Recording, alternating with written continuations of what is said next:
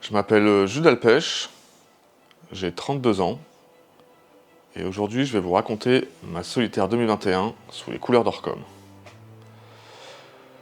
Je suis très fier d'avoir pu porter leurs couleurs sur ma première solitaire.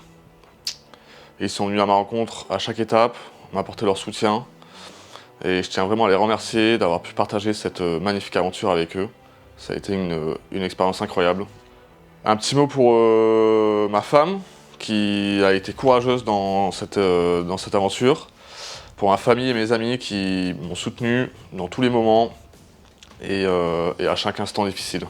Un merci et un bravo à Mathieu, mon préparateur, qui a fait un super boulot tout au long de la course, qui a été sans faille et qui a été au petit soin pour moi sur toute cette aventure. Donc cette solitaire a commencé à Saint-Nazaire, direction Lorient, en passant par l'Espagne. Un beau parcours, 2 traversées du golfe de Gascogne, un aller plutôt tranquille sous le soleil, c'était assez agréable de commencer la solitaire comme ça, conditions sous spi, un peu idyllique, tout s'est bien passé, j'étais pas très rapide, mais j'étais dans le bon paquet et j'étais content de moi. Et les choses pouvaient se compliquer sur le retour avec une grande remontée au pré, de l'Espagne jusqu'à Lorient, on pouvait pas faire plus long. Et tout au pré, dans beaucoup de vent. Et pour moi ça s'est bien passé, j'étais content parce que j'allais vite au pré. Du coup j'ai pu me reposer, me nourrir, dormir tranquillement, tout en ayant le bateau qui a avancé vite et fort dans une grosse mer et dans des conditions un petit peu musclées. Et je garde un grand souvenir qui me restera, je pense, marqué à vie dans cette étape. C'est la rencontre avec une baleine en plein milieu du golfe. Et voilà, je garderai cette image longtemps de cette énorme masse vivante au milieu de l'océan un peu déchaîné et qui avait l'air complètement sereine, complètement dans son élément. Et le clivage entre moi dans le bateau, un peu en train de lutter contre les éléments avec un bateau qui tapait fort et qui était recouvert par les vagues à chaque instant, et de cette baleine qui était paisible au milieu de son océan déchaîné. Voilà, image assez forte dont je me souviendrai. Je pense peut-être l'image la plus forte de cette solitaire. Et une arrivée à Lorient, voilà, dans le match, avec un match serré jusqu'à la fin, où j'arrive à gratter une place quelques minutes avant la ligne. Voilà, ça m'a fait une belle étape où j'ai réussi à pas lâcher le morceau tout du long, et ça c'était un beau finish. Deuxième étape, départ de Lorient avec la famille sur les pontons, c'était super. J'ai pu dire au revoir à mes filles, à ma femme. Parce que là je partais pour 3 semaines de la maison et donc ça faisait un long moment pour elles, c'était important de leur dire au revoir et du coup je partais avec le cœur léger. Ce qui m'a pas permis de réussir un bon départ, je pars avec un bon mauvais départ à Lorient, mais qui a été vite rattrapé par un aller-retour à Rochebonne, dans des conditions musclées avec du vent portant très rapide. Et là j'ai eu ma première instant important parce que j'ai eu ma première symbiose après avec le bateau. Voilà, j'ai bien travaillé avant que le vent monte, j'ai bien travaillé pour bien préparer le bateau, j'ai bien matossé, j'ai réglé mon mât, j'ai réglé mes safrans, j'ai fait tout ce que je pouvais. J'ai bossé en essayant d'être méticuleux et ça a payé puisque j'avais une vitesse de dingue, j'ai pu traverser la flotte pendant toute la nuit et toute la journée du lendemain et du coup je me retrouve à Pinmar dans les 15 premiers je crois. Ce qui est super, ce qui m'a permis d'attaquer dans les cailloux sur les côtes, les côtes de la Bretagne Nord. Et donc c'est un moment difficile, c'est jamais simple de batailler dans les cailloux en flotte serrée, avec très peu de fond, voilà, c'est un peu dangereux, c'est un peu chaud. Mais je m'en suis plutôt pas mal sorti, j'ai perdu quelques petites places, mais globalement je m'en suis pas mal sorti. Et par contre c'est là que commence le moment difficile, voilà, toute la remontée pour partir du moment où on a quitté les côtes d'Armor jusqu'à aller à Fécamp. Voilà, j'étais pas très à l'aise dans ma vitesse au pré, j'étais pas très à l'aise dans ma tactique et j'ai fait que perdre des places tout le long pour arriver à Fécamp dans les, je sais plus exactement, mais dans les 10 derniers. Et voilà, ça a été un petit peu difficile, ces 36 heures ont été assez difficiles à vivre. Mais voilà, je garde les beaux moments de cette étape et ça reste toujours une aventure incroyable, quoi. Étape 3, Fécamp, Roscoff, en passant par l'incroyable Lead de Lundy et les terres écossaises. Donc un départ de Fécamp encore difficile, très très difficile, parce que je me rends compte juste avant le départ que j'ai un problème dans un câble qui tient le mât.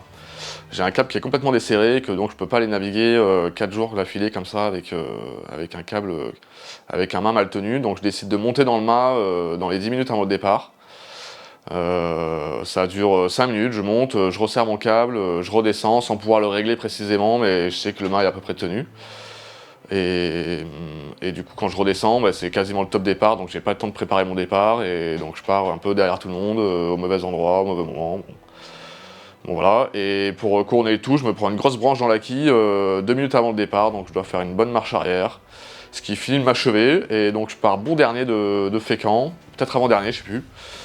Et voilà, mais encore une fois, je me remotive, et je perds pas le nord, je sais que l'étape va être longue et compliquée. Et donc ça part fort sous Genac dans le petit temps, où encore une fois je vais hyper vite, je me sens hyper à l'aise, je prends le soin de bien régler mes voiles, et je remonte une petite moitié de flotte dans la simple traversée de la Manche. Et donc je me retrouve direct dans le paquet, dans le match, et ça fait bien plaisir. Voilà, ça a été une étape sympa, on a allongé les côtes anglaises même si on les a pas trop vues.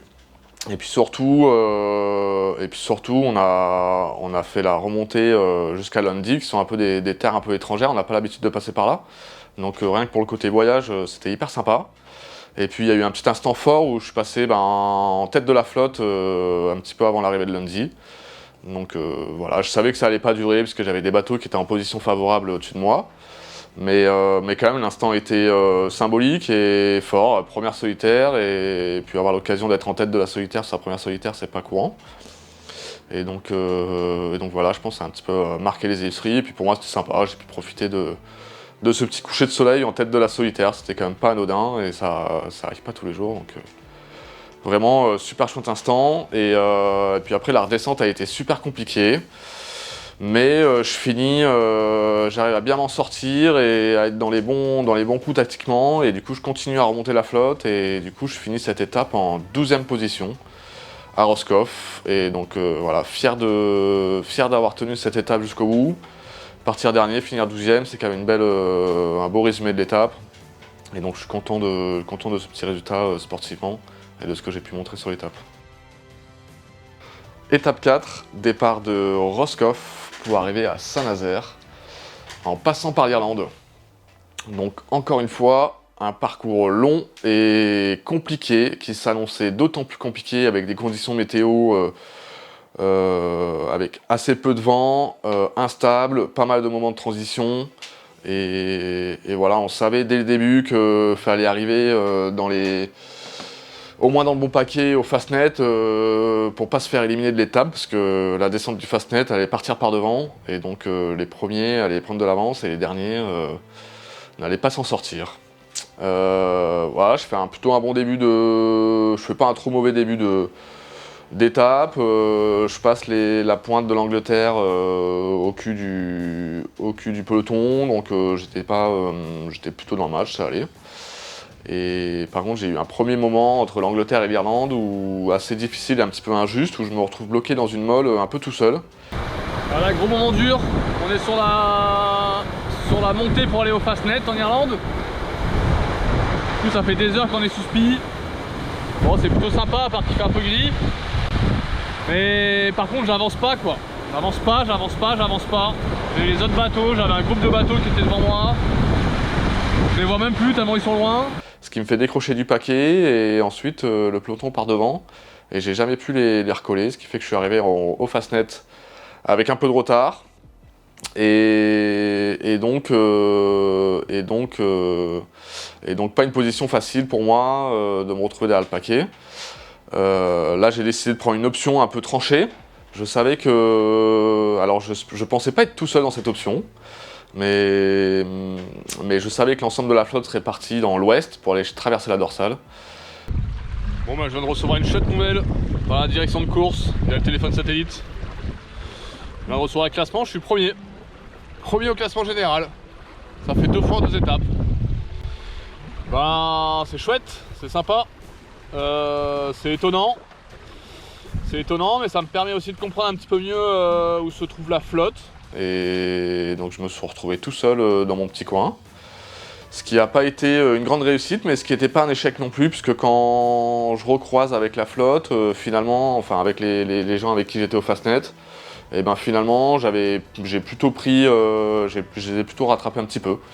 Donc ça a été, donc voilà, comme quoi le risque n'était pas si grand, mais que c'était quelque chose qu'il fallait tenter. Il y a eu un petit moment où j'étais premier de la flotte sur le classement, mais bon, il y avait beaucoup de décalage latéral et finalement les premiers avaient tellement d'avance qu'ils sont recroisés par devant.